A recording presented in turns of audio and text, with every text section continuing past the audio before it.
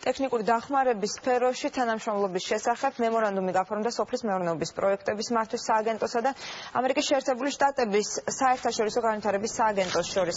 მემორანდუმი სოფლის მეურნეობის პროდუქციის გადამამუშავებელი და შემნახველი საწარმოების თანადაფინანსებას, საერთაშორისო სტანდარტებისა და სისტემების დანერგვას უნდა შეუწყოს ხელი.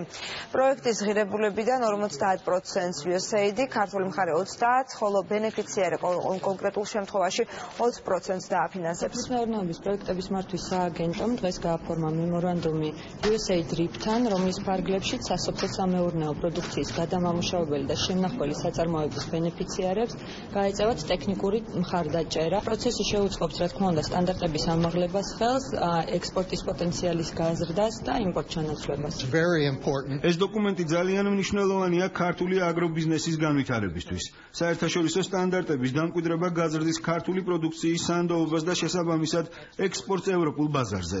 ეს მემორანდუმი იქნება ურთიერთობის მოდელი მთავრობას, დონორებსა და კერძო სექტორს შორის.